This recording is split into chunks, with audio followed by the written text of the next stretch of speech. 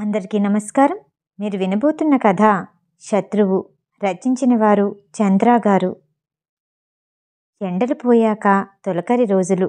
3 రోజులుగా మత్తుగా ముస్తాబుగా ఉన్న ఆకాశంలో అప్పుడే పడమటి వైపు సన్నటి మబ్బుల వెనక సూర్యుడు కనిపించాడు. 3 రోజులుగా పట్టుకున్న వర్షం తగ్గి ఇంకా అప్పుడప్పుడు జల్లు కొడుతూనే ఉంది. పొలాల్లో నీరు 2 అడుగుల మేర నిలిచే ఉంది. అక్కడక్కడా రేగడి ఉన్న చోటల్లా కాలు పెడితే సర్రున జారిపోయేటట్టుంది. జనం అవసరమైన పనులకి తప్ప బయటికి రావటం లేదు. జీతగాళ్ళు మటుకు తలల మీద దుప్పట్లో గొంగల్లో కప్పుకొని పొలాలకు వెళ్తున్నారు. రాజయ్య పెంకిటిల్లు పెద్ద వీధికి చివర తూర్పు వైపు పసుపు తోటలు తగిలే చోటుంది. రాజయ్య ఇంటి తలుపులో నిల్చుంటే చూపుకు చివరగా కనిపించేది అల్లంత దూరాన పచ్చకొండ. ఇప్పుడది మత్తుగా ఉన్న వాతావరణంలో మబ్బు పట్టి మబ్బుగా ఉంది. అదిగో ఆ కొండ పక్క దారమ్మటే 3 ఆమడ దూరం వెళ్తే గైరమ్మ అత్తారూరు కొత్తూరు. రాజయ్యకు 3 ఆడపిల్లలు. పెద్దాళ్ళిద్దరికీ ఎప్పుడో పెళ్ళాం పోయాకే పెళ్ళిళ్ళు చేశాడు. వాళ్ళనిచ్చిన ఊళ్ళు దరిదాపుల్లో లేవు. ఎక్కడో దూరానున్న అల్లుళ్ళనే ఎంచాడు. కాని చివరాఖరి పిల్ల గైరమ్మకి మాత్రం దగ్గర్లోనే కొత్తూరు సంబంధాన్ని చూశాడు. మెల్లో బంగారపు మంగళసూత్రాలు వేలాడే వేళకి గైరమ్మకి 15 నుండి 16 వచ్చాయి. పెద్ద మనిషి ఏడాది తిరక్కుండానే 3 బిడ్డలకి ఉన్న 6 ఎకరాలు కట్నాల కిందిచ్చి పెళ్ళిళ్ళు చేసి రుణం తీర్చుకున్నాడు రాజయ్య. గైరమ్మని అత్తారూరు పంపి ఇంకా నెల కూడా కాలేదు. ఇంటి తలుపులకు కిటికీలకు అరుగులకు వేసిన మోదుగు రంగులు సున్నపు ముగ్గులు ఈ 3 రోజుల వానకి కొట్టుకుపోయాయి. అసలే తాతల నాటిది ఆ పెంకిటిల్లు. ఎప్పుడో పెద్ద బిడ్డ పెళ్లినాడు కప్పు మీద పెంకు తిరిగేశాడు. ఆ తర్వాత లేదు. అక్కడక్కడ పెంకు పగిలింది. ఆ సందుల్లోంచి జల్లు పడుతోంది. నులక మంచంలో వెల్లకితలా పడుకున్న రాజయ్య పెంకు సందుల్లోంచి లేలేత వెలుగున్న ఆకాశాన్ని చూస్తున్నాడు. రాజయ్య కడుపు నిండా అన్నం తిని 3 రోజులవుతుంది. మరీ నీరసంగా ఉన్నప్పుడు మటుకు 4 మెతుకులు ఉడకేసుకున్నాక సయించక చేయి కడుక్కుంటున్నాడు. గైరమ్మకి 2 నెలల నాడు పెళ్లి చేసి నెల క్రితం అత్తారూరు పంపిన రాజయ్యకి ఏనాడు ఒంటరిగా ఉన్నట్టుగా అనిపించలేదు. గైరమ్మ పుట్టిననాటి నుంచి తండ్రి చాటు బిడ్డే అవటానికి 3 ఆడపిల్లలే అయినా రాజయ్యకి గైరమ్మంటేనే ప్రేమ. పెద్దపిల్ల రత్నమ్మకు 2 ఎకరాలిచ్చి దూరంగా కాపురానికి పంపిన, రెండో దానికి ఇంకో 2 ఎకరాలిచ్చి దూర దేశానికిచ్చిన మిగిలిన్న 2 ఎకరాలతోనూ ముద్దుల కూతురు గైరమ్మతోనూ తృప్తిగానే మిగిలిపోయాడు. గైరమ్మకు కూడా సంబంధం చూసి ఆ 2 ఎకరాలు ఇచ్చి కొత్తూరు పంపాక రాజయ్యకిప్పుడు గుండెల మీద ఇంకే బరువు లేక హాయిగానే ఉన్నాడు. కానీ ఇప్పుడు 3 రోజులుగా రాజయ్య ఆ పెంకిటింట్లో ఒంటరిగా ఏకాకిగా చిక్కుకుపోయినట్లుంది. భయంకరమైన ఒంటరితనాన్ని భరించలేకుండా ఉన్నాడు. 3 రోజుల నాడు ఈ ముసిరింకా పట్టకముందు పొద్దున్నే మామూలుగా పొలానికెళ్ళాడు. పసుపు తోటలు మామిడి తోపు దాటి చెరువు గట్టెక్కేసరికి తన పొలంలో ఎవరో అప్పటికే నాగళ్ళు కట్టారు. గట్టు చివరికి పోయి వాలుగా ఉన్న ఊగుడు కొమ్మల్ని పక్కకి తప్పించి మరీ చూశాడు. అయినా ఆనవాళ్ళు పట్టలేకపోయాడు. మరుక్షణం గబగబా అంగలేస్తూ దాదాపు పరిగెత్తినంత వేగంగా గట్లమ్మట నడిచాడు. వరిమల్లు దాటాక అక్కడ మనుషులు స్పష్టంగా కనిపించారు. అప్పలయ్య వాడి జీతగాళ్ళు. రాజయ్యకి కోపం వచ్చింది. దగ్గరగా వెళ్ళి అప్పలయ్యగాడికెదురుగా నిల్చుని, ఏందిరో అప్పలా, ఏంది కథ? తాగి తాగి అందరి పొలాలు నీ పొలాల లెక్కనే కనిపిస్తున్నాయి అడిగాడు కోపంగా తలకు చుట్టుకున్న కండువాన్ని తీసి భుజాన్నేసుకుంటూ. అప్పలయ్య నాగల్నెత్తి భూమిలోకి దిగేసి బురద చేతుల్ని దులుపుకుంటూ, గిట్ల రాయే రాజన్న అంటూ రాజయ్యని గట్టు మీద జివ్వు చెట్టు కిందకి పిలిచాడు. రాజయ్య ఓసారి జీతగాళ్ళకేసి చూసి విసురుగా అప్పలయ్య దగ్గరికెళ్ళాడు. ముందు నువ్వు నాగలి నిడిసిపోతావా లేదా? రాజయ్య అప్పలయ్యని కోపంగా అడిగాడు. ఎందుకే రాజన్న, ముందు నువ్వు కోపం ఎడవరాదు, తర్వాత నే చెప్పేదిను. ఇప్పుడు నీ పొలం నాకొచ్చింది అన్నాడు అప్పలయ్య. రాజయ్యకు ఒళ్ళు మండుకొచ్చింది. అదేందిరా, నేనేమన్నా సచ్చిన్నా ఏంది? నా పొలం నీకెట్లా వస్తుంది? నన్నడుగుతావేంది రాజయ్య? పోయి నీ అల్లుడినడుగు. నన్ను దున్నుకోమన్నాడు. ఏడాదికింత ఇయ్యమన్నాడు. రాజయ్య ఎంత కోపంగా అడిగాడో. అప్పలయ్య అంత తాపీగాను సమాధానమిచ్చాడు. రాజయ్యకు విషయం తెలియగానే తన చిన్నల్లుడు చాచి చెంప మీద కొట్టినట్లనిపించింది. రవ్వంతసేపు అప్పలయ్యని చూసి నెమ్మదిగా వెనక్కి తిరిగి పొలంకేసి చూశాడు. తన పొలంలో 3 నాగళ్ళు 30 నాగళ్ళుగా కనిపించాయి. రాజయ్యకొక్కసారిగా ముసలితనం వచ్చినట్టుగా ఉంది. కళ్ళకి సరిగ్గా ఏమీ కనిపించకుండా నిండా నీళ్లు నిండాయి. గబగబా అక్కడ్నుంచి వెళ్ళిపోయాడు. అప్పటికి సూర్యుడు తూర్పువైపు నిండుగా పైకొచ్చి నెమ్మదిగా కదులుతున్నాడు. చుట్టూ ఉన్న భూముల్ని గల్లు గల్లుగా విడదీసినట్టు గట్లమ్మట మొలిచిన గడ్డి పసుపాకు పచ్చని గీతల్లా ఉంది. రాజయ్యకి తన గుండెని చిన్నల్లుడు ముక్కలు ముక్కలుగా కోసినట్లుంది. ఓవైపు దుఃఖము, మరోవైపు కోపము. ఇలా ఇంటికొచ్చిన రాజయ్య 3 రోజులుగా ముసురుమూలాన ఇంట్లోంచి బయటకు కదలకుండా ఉండిపోయాడు. బయట ఆకాశంలో మబ్బుగా ఉన్న మబ్బులు ఇంకా కొన్ని విచ్చుకొని తెల్లటి వెలుగొచ్చింది. రాజయ్యకి 3 రోజులుగా మనసులో గూడు కట్టుకున్న ఆలోచనలు విచ్చుకున్నాయి. వెంటనే మంచంలోంచి లేచి బయటకొచ్చాడు. ఎదురుగా కంచెల కవతల పసుపు తోటలో తడితడిగా ఉన్న ఆకులు సన్నగా వీస్తున్న గాలికి పసిబిడ్డ ఉయ్యాలలా ఊగుతున్నాయి. గొల్లెంపై మూత తీసి అందులోంచి నీళ్లు తీసుకొని ముఖం కడుక్కొని లోపలికొచ్చి చిలక్కొయ్యకి ఉన్న చొక్కాని తీశాడు. తలకి కండువా చుట్టాడు. గూట్లోంచి కప్పా తాళం తీసి తలుపులు బిగించి చెప్పులేసుకుని కదిలాడు. అప్పటికే వీధిలో భుజాల మీద నాగళ్లతో కొందరు పొలాల నుంచి తిరిగొస్తున్నారు. ఓసారి ఆకాశం వంక చూశాడు రాజయ్య. అప్పటికే ఒకటిగా వస్తున్నారే, అరే బొత్తిగా ఈ 3 రోజులకెళ్ళి పొద్దు కూడా తెలుస్తలేదు అనుకున్నాడు. నడక సాగించాడు. రెడ్డిగారి మామిడితోపు దాటేసరికి వెచ్చవెచ్చగా ఉంది ఒళ్ళు.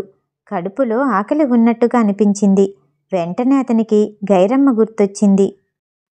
ఓ రోజు ఇళ్లల్లో దీపాలు వెలిగించినప్పుడు గైరమ్మ పరుగు పరుగున ఇంట్లోకి పరిగెత్తుకుంటూ వచ్చింది. ఇంట్లోకి వచ్చి రాగానే నాయనా నాయనా అంటూ తండ్రిని పిలిచింది.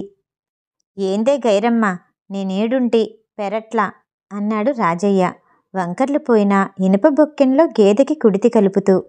ఎంతసేపటికి గైరమ్మ జవాబివ్వకపోతే పెరట్లో పశువుల పని చూసుకుంటూనే ఓసారి ఇంటి తలుపులకేసి చూశాడు. నడిమింట్లో గుంజకు వేలాడుతున్న లాంతరు తాలూకు వెలుగు పెరట్లోకి సాగిపోయి నల్లటి నేల మీద వెలిసిపోయిన ఎర్రటి జంబుఖానా పరిచినట్లుంది. రాజయ్య గొడ్లకి గడ్డి తెచ్చి వేస్తూ మరోసారి గుమ్మంకేసి చూశాడు. ఆకారం కత్తిరించిన తోలుబొమ్మల్లా గైరమ్మ నించుంది. ఇప్పుడు నేల మీద జంబుఖానా లేదు. అక్కడక్కడ 4-5 వెలుగు మొక్కలున్నాయి. ఏంది బిడ్డా అన్నాడు కుడితిలో తడిసిన చేతుల్ని గోలెం దగ్గర నీళ్లల్లో కడుక్కుంటూ. గైరమ్మ ఏమీ మాట్లాడలేదు. ఇంట్లోకి కదులుతూ ఏం లేదులే అంది. రాజయ్య తలుపు దగ్గర కాళ్ళను నేలకు తాటించి ఇంట్లో కడుగుపెట్టి పిలిచినో ఏందంటే ఏం లేదంటావేంది అని అడిగాడు. ఆ పులిగాడు లేడు, మొత్తాలమ్మ చింతకాడ ఉత్తిత్తిగానే చచ్చాడు. ఏమైందో ఏమో, నేను లచ్చక్క వస్తుంటే చూశాం. నాకు భయమేసి ఇంటికొచ్చిన. లచ్చక్క గొడ్లోళ్ళిళ్ళ కాడ చెప్పడానికి పోయింది అంది. గైరమ్మ కళ్ళల్లో భయం కనిపించింది రాజయ్యకి. నెమ్మదిగా కూతురు దగ్గరకొచ్చి తల నిమురుతూ భయమెందుకే బిడ్డా, నేను లేనా అన్నాడు. గైరమ్మ తండ్రికేసి చూసింది. తండ్రి మొహంలో కళ్ళ కింద ముక్కుకి 2 వైపులా ముడతలు కనిపించాయి. మీసాలు దాదాపు తెల్లబడ్డాయి. నుదుటి మీద గీతలు 1, 2, 3 అబ్బో ఎన్నో. తండ్రి కళ్ళల్లో ముసలితనం. పులిగాడు గుర్తొస్తుంటే చటుక్కున బువ్వ తిన్నావా అడిగింది తండ్రిని. ఇంకా లేదు, రారాదు ఇద్దరం తిందాం అన్నాడు రాజయ్య లాంతర్ని గుంజ నుంచి తీసి వంటింట్లోకి నడుస్తూ. గైరమ్మ కాళ్ళు కడుక్కొచ్చి తనకి తండ్రికి సత్తు కంచాల్లో అన్నం పెట్టింది. వడ్డిస్తూ వడ్డిస్తూ తండ్రికేసి చూసింది గైరమ్మ. గజం దూరమైనా లేని లాంతరు వెలుగులో తండ్రి ముసలి మొహం.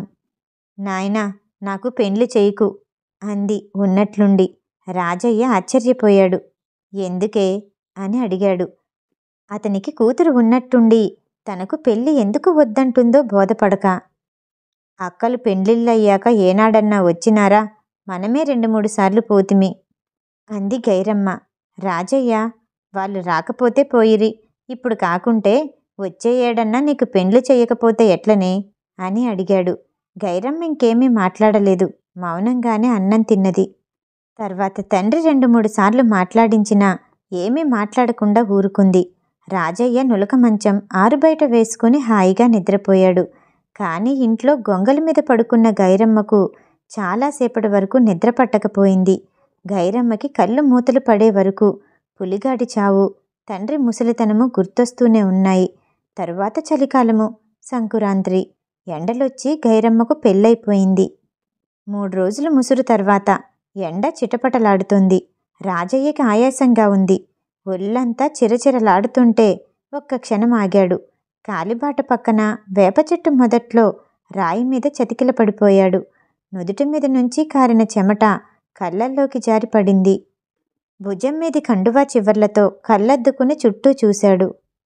తానెప్పుడు పచ్చకొండ దాటాడు? అప్పుడే ఆమడ నడిచాడు. ఇంకా కొత్తూరు 2 ఆమడలుంది. చుట్టూతా అడవి గుబురు గుబురమంటోంది. తన ఊరు దాటాక 1-2 బండ్లు ఎదురొచ్చాయి. మళ్ళీ లేదు. ఇంత దూరంలో ఒక్క మనిషి తోడు కూడా తగల్లేదు. రాజయ్యకి ఎందుకనో ఉన్నట్టుండి తనొక్కడే అయిపోయినట్టుగా అనిపించింది. మెదడంతా ఏ ఆలోచన లేకుండా శూన్యంగా ఉంది. తలెత్తి ఆకాశం కేసి చూశాడు. టైం 3 అయింది.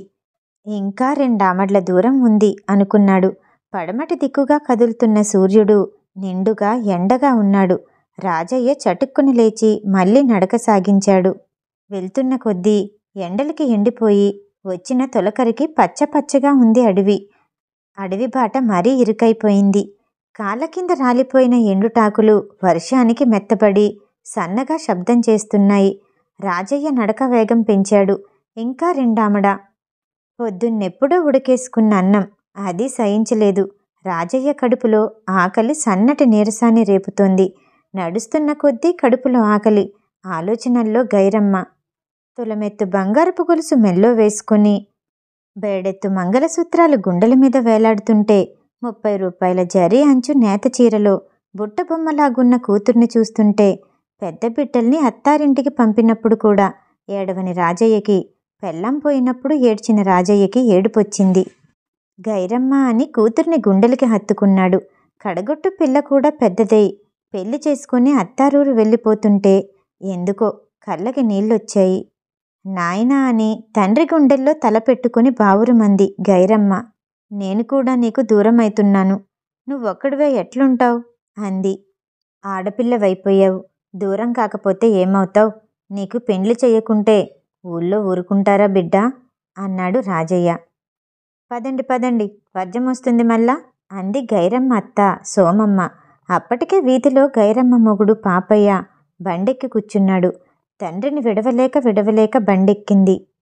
బండి కదిలినప్పుడు గైరమ్మకెందుకో దగ్గర ఎవరూ లేక ఊరు చివర ముత్యాలమ్మ చింత కింద దిక్కులేని చావు చచ్చిన పులిగాడు గుర్తొచ్చాడు. చివ్వున కళ్ళల్లోకి నీళ్లు చిమ్మాయి. దూరంగా తను ఇన్నాళ్ళు పెరిగిన ఇల్లు, ఇంటి ముందు తండ్రి ఒక్కడు ఎండిన ఆముదం చెట్టులా కనిపించాడు. బండిలో ఊరి పొలిమేర వరకు గైరమ్మ బెక్కుతూనే ఉంది. పంట కాలువ సవ్వడి సన్నగా వినపడుతోంది. చుట్టూతా చీకటి. ఆకాశంలో చంద్రుడు నల్లటి మబ్బుల వెనక ఎక్కడున్నాడో తెలియటం లేదు. అక్కడక్కడ మబ్బుల్లేని చోట్ల చుక్కలెక్కువగా కనిపిస్తున్నాయి. ఊరికి ఎడంవైపు లంబాడి తండాలోంచి కుక్కలరుపులు వినపడుతున్నాయి. ఎదురుగుండా ఊళ్ళో అక్కడక్కడ 1-2 దీపాలు మినుకుమినుకుమంటున్నాయి. చెప్పులు చేతందుకొని దారికి అడ్డంగా ఉన్న కాలువ దాటాడు. కాళ్ళకి నీళ్లు తడితడిగా తగిలేసరికి రాజయ్యకి ప్రాణం లేచొచ్చినట్టు ఉంది. వంగి దోసిట్లో నీళ్లందుకొని ముఖం తడుపుకున్నాడు. కండువాతో మొహాన్నద్దుకొని మళ్ళీ చెప్పులు తొడుక్కొని ఊళ్ళోకి కదిలాడు. దారికి 2 పక్కలా వరిమల్లు. చల్లటి గాలి మొహాన్ని సాచి కొడుతోంది. చలిచలిగా ఉంది. మాలగూడెం దాటాడు. ఇంకా ఊర్లోకొచ్చినట్టే. ఎదురుగా మర్రి కింద కచేరీ సావిట్లో ఎవరో లాంతరు వెలుగులో 5-6 మనుషులు కూర్చున్నారు. రాజయ్య అక్కడ్నుంచి వస్తుంటే అందులో ఒకరు ఎవరు అని అడిగాడు. రాజయ్య క్షణమాగి కొంచెం సావడికి దగ్గరగా నడిచాడు. ఎవరది? పెంటయ్యా? సావిట్లో లాంతరికెదురుగా కూర్చున్న మనిషి అడిగాడు. కాదయ్యా, నేను బేర్వాడ నుంచి వస్తున్నా పాపయ్య మావను అన్నాడు రాజయ్య. ఆహా, అవునా, మంచిగున్నావా అని అడిగారు. మంచిగున్నా అనేసి కూతురింటి వైపు నడిచాడు రాజయ్య. ఊరంతా అప్పుడప్పుడే నిద్రపోతుంది. కరణమింట్లో, కోమటింట్లో, సాయిబు గారింట్లో మటుకు తెరిచిన గుమ్మాల్లోంచి లాంతర్ల వెలుగులు వీధిలోకి చారలు చారలుగా కట్లపాము ఒంటి మీద గీతల్లాగున్నాయి. కాపువారి సందులోకి తిరిగాడు. అదిగో ఆ మూడో ఇల్లే, గైరం మిల్లు. రాజయ్య మెట్టెక్కి తలుపు తట్టాడు. ఆ ఇంటి తలుపులు మొద్దు చెక్కతో లావుగా బలంగా ఉన్నాయి. రాజయ్య పిలుపు ఇంట్లోకి వినిపించనట్టుగా ఎవరూ వచ్చినా సందడవలేదు. మళ్ళీ గొల్లెం చప్పుడు చేశాడు. ఆ అని ఆడగొంతు వినిపించింది. రాజయ్య తలక్కట్టుకున్న కండువాని భుజం మీదకి చేర్చాడు. ఇంతలో తలుపు తెరుచుకుంది. ఎదురుగా చేతిలో లాంతర్తో కూతురు గైరమ్మ. రాజయ్య కళ్ళు ఒక్కసారిగా వెలిగి చూపుకి ఏమీ కనిపించలేదు. కళ్ళల్లోకి సూదులు పొడుచుకున్నట్లయి కళ్ళు చిట్లించుకొని, ఏం బిడ్డా అన్నాడు. నువ్వేనా అయ్యా, రారా అంది గైరమ్మ లోపలికి నడుస్తూ. తలుపు నుంచి ఇంటి వరకు వేగంగా కొట్టుకుంటున్న గుండెతో అడుగులు లెక్క పెట్టాడు. 20-30 గజాల లోకిలి. చుట్టూతా చీకట్లో కనీ కనిపించకుండా మాసిపోయిన తెల్లటి నిలువెత్తు గోడలు. అరుగుమీద మెట్ల పక్కన మంచంలో పాపయ్య తండ్రి చుట్ట కాల్చుకుంటున్నాడు. నువ్వేనా రాజయ్య, రారా అన్నాడాయన చుట్టని పక్కకి విసిరి తుపుక్కున ఊస్తూ. ఇంతలో గైరమ్మత్త సోమమ్మ ఇంట్లోంచి బయటకొచ్చింది. ఇప్పుడేనా రాక అని అడిగింది. ఇప్పుడే వస్తున్నా అన్నాడు రాజయ్య. అన్నం తింటావా అయ్యా, లేక అల్లుడొచ్చినాక తింటావా అడిగింది గైరమ్మ. ఇప్పుడొద్దులే, పాపయ్య వచ్చినాక తింటా అన్నాడు రాజయ్య. గైరమ్మ మామ ఏమీ మాట్లాడలేదు. మంచంలో అటు తిరిగి పడుకున్నాడు. సోమమ్మ లోపలికి పోయింది. గైరమ్మ అరుగు మెట్లకి రెండో వైపు మంచం వాల్చింది. తలాపుకేమన్నా ఇవ్వమంటావా అంది. ఎందుకొద్దులే అని మంచం మీద కూర్చున్నాడు రాజయ్య. రాజయ్య ఊళ్ళోకొచ్చినప్పుడున్నంత ఉత్సాహంగా ఇప్పుడు లేడు. ఇంట్లో అందరూ తప్పనిసరై మాట్లాడినట్టుగా ఉంది. గైరమ్మ ఇంట్లోకి పోతూ అరుగుమీదున్న లాంతర్ని తీసుకుపోయింది. రాజయ్య చుట్టూతా మళ్ళీ చీకటి. నెమ్మదిగా మంచంలోకి వాలాడు. కాలు పీకుతున్నట్టుగా ఉంది. మంచం పట్టల మీద పిక్కలుండేలా కాలని బయటకు పెట్టి వెల్లకితలా పడుకున్నాడు. ఇక మబ్బుల్లో చంద్రుని జాడలేదు. ఇందాకటి కన్నా మబ్బులు లేని చోట్ల చుక్కలెక్కువగా కనిపిస్తున్నాయి. ఉన్నట్టుండి చలిగాలి మొదలైంది. వీధిలోనూ ఊళ్ళోనూ కుక్కలు మురుగుతున్నాయి. ఊళ్ళో చీకటి కీచురాళ్ల సంగీతానికి దరువేస్తుంది. రాజయ్యకి మనసులో లేదు. విషయం ఎలా అడగాలో తెలియటం లేదు. అల్లుడొచ్చేలా ఉంది. అతనొచ్చేలోగానే అడగాల్సిన విషయం ఎలా మొదలు పెట్టాలో నిర్ణయించుకోవాలి. కానీ కొసాముడి తెలియటం లేదు. ఇంతలో తలుపు తట్టిన శబ్దం. రాజయ్య చటుక్కన మంచంలోంచి లేచాడు. గబగబా వెళ్ళి తలుపు తీశాడు. చీకట్లో సరిగ్గా గుర్తుపట్టలేదు. వచ్చినతను తనల్లుడు పాపయ్య మటుకు కాదు. ఎవరు అడిగాడు రాజయ్య. నేను కొండన్ని. పాపయ్యున్నాడా? మా దొర ముత్రాసాయన పిలుస్తాండు అన్నాడు వచ్చినవాడు. ఇంట్లో లేడు, వచ్చినాక చెప్తాలే అన్నాడు రాజయ్య. కొండడెళ్ళిపోయాడు. రాజయ్య తలుపేసొస్తుంటే ఇంటి గుమ్మంలో సోమమ్మ లాంతర్తో నిలబడింది. ఎవరన్నా వచ్చింది అని అడిగింది. ముత్రాసాయన పాపయ్యని పిలిపించాడు. నెమ్మదిగా వచ్చి మంచంలో కూర్చుంటూ జవాబిచ్చాడు. రాజయ్యకు ఉన్నట్టుండి ఆకలి గుర్తొచ్చింది. రాజయ్యకు నీరసం వచ్చింది. మంచం మీద కూర్చున్నాడన్న మాటే గాని కళ్ళు తిరుగుతున్నట్టు, గాల్లో తేలిపోతున్నట్టు అనిపించింది. పొద్దున్న ఆరన ఆకలి, పైగా 3 ఆమడలు నడిచిన నిస్సత్తువ. ఇవేమీ కాకుండా తన గుండెల్లో అల్లుడు రేపిన మంటలు. నెమ్మదిగా మంచంలోకి జారి పడుకున్నాడు. క్షణంసేపు కళ్ళు మూసుకొని గుండెని శరీరాన్ని అదుపులోకి తెచ్చుకునేందుకు ప్రయత్నించాడు. అవునవును, నువ్విట్లా మారాజు లెక్క పొద్దస్తమానం పడుకో, కొడుకేమో అట్టా సావని అంటూ మొగుణ్ణి దులిపేస్తుంది సోమమ్మ. ఆయన పెళ్ళాం మాటలు లక్ష్యపెట్టనట్టుగా కదలకుండా పడుకునే ఉన్నాడు. రాజయ్య తల తిప్పి సోమమ్మ కేసి చూశాడు.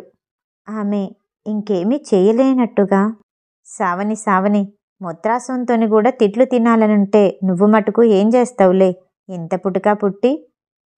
అయ్యో, ముత్రాసంతోని కాపోడు మాటలు పడాల్సొచ్చే అని కొనుక్కుంటూ లాంతర్తో సహా లోపలికెళ్ళిపోయింది. రాజయ్య గుండెలో గుండెలేదు. చూస్తే ఇప్పుడిప్పుడే అల్లడొచ్చేలా కనిపించలేదు. ఆకాశంలో చీకటి రెండో జాములోకి నడుస్తోంది. రాజయ్య ఇంకా కూర్చోలేకపోయాడు. లేచి నెమ్మదిగా ఇంట్లోకి నడిచాడు. వంటింట్లో సోమమ్మ పొయ్యి ముందరుంది. దొడ్డి తలుపులోంచి పెరట్లోకి నడిచాడు. అక్కడ గైరమ్మ చూరుకు తగిలించిన లాంతరు వెలుగులో గేదె పాలు పిండుతోంది. ఓవైపు గుండెలదురుతుంటే నెమ్మదిగా అడుగులు వేసి వేయినట్టుగా కూతురు పక్కకెళ్ళి నిల్చున్నాడు. క్షణంసేపు నీడలో కరిగిపోయి తేరుకొని పక్కకి తిరిగి చూసింది గైరమ్మ. రాయ్యా, చూడ్డానికే చిన్న కొంప చిన్న సంసారం గాని ఎప్పుడు చూసినా చేతి నిండా పనే అంది గైరమ్మ పాలు పితుకుతూనే. రాజయ్యకి వెంటనే గొంతు పెగల్లేదు. అడగాలి అడగాలి అనుకున్నాడు. కానీ అలాగే నిలబడిపోయాడు. గైరమ్మే చెప్పుకుపోతుంది. మా ఉన్నాడు, ఎందుకు ఏం పనిచేయడు, అన్నీ నీ అల్లుడే చూసుకోవాలే, ఇంట్లో పెత్తనమంతా అత్తదే. కానీ మంచిదేలే, నన్ను బాగానే చూస్తుంది, కొడుకంటే ప్రేమే. రాజయ్యకి గైరమ్మ మాటలు ఏమీ వినిపించటం లేదు. అతనికి గైరమ్మ ఇదివరలో అన్న మాటలే వినపడుతున్నాయి. అయ్యా, నా పెళ్లి చెయ్యకు, నాయనా నా పెళ్లి చెయ్యకు. రాజయ్యకి కన్నీళ్ళొచ్చాయి. గైరమ్మ తండ్రిని గమనించకుండానే, చూడరాదు, ముద్రా సొంతాన బాకీ తీసుకున్నారంట. 6 ఏలాపాలా లేకుండా పైసలు అడుగుతాండు. ఉన్నప్పులన్నీ తీర్చాలంటే 2 ఎకరాలన్నా అమ్మాలి. ఇవన్నీ నీ అల్లుడే చూసుకోవాలా అంటుంది. రాజయ్యకి కడుపులో ఆకలి సెగలు కక్కుతోంది. తప్పదు తప్పదు, అడగాలి అడగాలి. కడుపులో ఆకలి తల్లి పేగుని మెలికలు తిప్పుతోంది. బిడ్డా అన్నాడు. ఆ పిలుపు అతని గొంతులోనే ఉండిపోయింది. నాలుక పిడిచిగట్టుకుపోయింది. గైరమ్మ అన్నాడు కొంచెం హెచ్చుస్థాయిలో. గైరమ్మ చటుక్కున తలెత్తి తండ్రిని చూసింది. తండ్రి ఎందుకలా గొంతు చించరిచాడో తెలియలేదు. ఏందయ్యా అని అడిగింది. రాజయ్యకి మాటలు దొరకలేదు. ఎడంచేత్తో గుంజని పట్టుకొని నెమ్మదిగా కిందికి జారి గైరమ్మ పక్కనే గొంతు కూర్చున్నాడు. పొలం అప్పలయ్యకి ఇచ్చారంట. గైరమ్మ తండ్రి ప్రశ్న విని కొంచెం తడపడింది. వెంటనే జవాబివ్వకుండానే పాలు పితుకుతుంటే రాజయ్య మళ్ళీ, నాకిప్పుడు ఎవరున్నారే, ఒక్కన్నే కదా, ఇది వరకెప్పుడన్నా ఎవరికానన్నా పనిచేసినానా? పొలం నేనే చేసి ఇస్తానన్నగాదే, ఇంకోనికి ఇచ్చేది నాకిస్తే నేను కాదన్నానా బిడ్డ? అల్లుంతో ఆనాడే చెప్పలేదు. అప్పుడు ఒప్పుకొని ఊ అని ఇప్పుడిట్లా చేస్తే. రాజయ్యకింకా గొంతు పెగల్లేదు. తల వంచుకున్నాడు. పాల చెంబుని పక్కకి పెట్టి తండ్రికేసి చూసింది గైరమ్మ. నేనేం చెయ్యనే నాయనా, నీ అల్లుడు నాతోని చెప్పి అప్పలయ్యకిచ్చిండు అంది. రాజయ్యకి కోపం వచ్చింది. అదేందే, నువ్వెట్లా ఒప్పుకుంటువి? ఇంతకాలానికి నేను ఇంకోని కింద పనిచేసి పొట్ట నింపుకొమ్మంటావా? అదేదో ఆ కౌలుకిచ్చిందేదో నాకే ఇయ్యరాదుండి అన్నాడు విసురుగా. గైరమ్మ వెంటనే, నువ్వట్లా కోపం తెచ్చుకుంటే ఎట్లనే నాయనా, రోజులు చూడరాదు ఎట్లా మండుతున్నాయో. అన్నీ ప్రేమైపాయే, రోజు రోజుకి కష్టాలు పెరుగుతుండే, ఎవరి కష్టాలు వాళ్ళయి అంది. రాజయ్యకి తన కూతురు ఏం మాట్లాడుతుందో అర్థం కాలేదు. ఆశ్చర్యంగానూ అర్థం కాక కూతురుకేసి వెర్రిగా చూశాడు. ఒక్క మాట నాయనా, పొలం తెలిసినోళ్ళకిస్తే మాటా మాట ఖరాఖండిగా ఉండలేం కదా, అదే తెల్వనోనికిస్తే అటైనా నిలదీసి మాట్లాడొచ్చు అంది గైరమ్మ పొడి పొడిగా. రాజయ్యకి గుండె పగిలింది. అయిపోయింది అయిపోయింది అనుకున్నాడు. కూతుర్ని ఇంకేం అడగాలో తెలియటం లేదు. మెదడు చిట్లిపోయింది. ఏడుపొచ్చింది. మెల్లిగా లేచి నిలబడ్డాడు. గైరమ్మ కూడా పాలచెంబు తీసుకుని లేచింది. ఆకలేస్తలేదా నాయనా, రారాదు, అన్నం పెడతా, నీ అల్లుడెప్పుడొస్తాడో రా అంటూ లాంతరు పట్టుకొని ఇంట్లోకి పోయింది. రాజయ్యకు ఇప్పుడు ఆకల్లేదు, కూతురు లేదు. అతనికి ఆ రోజు పులిగాడి చావు గురించి చెప్పటం గుర్తొచ్చింది. నెమ్మదిగా వీధిలోకి చీకట్లోకి నడిచాడు రాజయ్య. తల్లిదండ్రులు తమ పిల్లల మీద ప్రేమ పెంచుకోవడం సృష్టి సహజం. బిడ్డలు కూడా వయసు వచ్చే వరకు తల్లిదండ్రుల మీద అంత అభిమానాన్ని చూపిస్తారు. ముఖ్యంగా ఆడపిల్లలైతే ఆందోళన వ్యక్తం చేస్తారు. కానీ ఆడైనా మొగైనా తోడు దొరికిన తర్వాత స్వార్థం ఆవహిస్తుంది. తన సంసారానికి ఇచ్చిన ప్రాముఖ్యం తల్లిదండ్రులకివ్వరు. కరివేపాకుల్లా తీసేస్తారు. లోకంలో సాధారణంగా నడుస్తున్న ఈ వన్వేలో ముసలాళ్ళకి కన్నబిడ్డల శత్రువులుగా మారితే గుండెలు పగిలిపోవా? అనుబంధాలు, ఆత్మీయతలు బూటకాలుగా, రక్త సంబంధీకుల స్పందనలు కూడా నాటకాలుగా, మానవీయ సంబంధాలు నాటికి కుచించుకుపోతున్న ఆధునిక సమాజంలో కుటుంబ వ్యవస్థ ఎంత అధ్వానంగా ఉందో ఈ కథ తెలియచేస్తుంది. కథ సమాప్తం. ఈ కథ వినటం మీకు నచ్చినట్టయితే లైక్ చేసి సబ్స్క్రైబ్ చేయండి. మళ్ళీ రేపు కలుద్దాం. నమస్తే.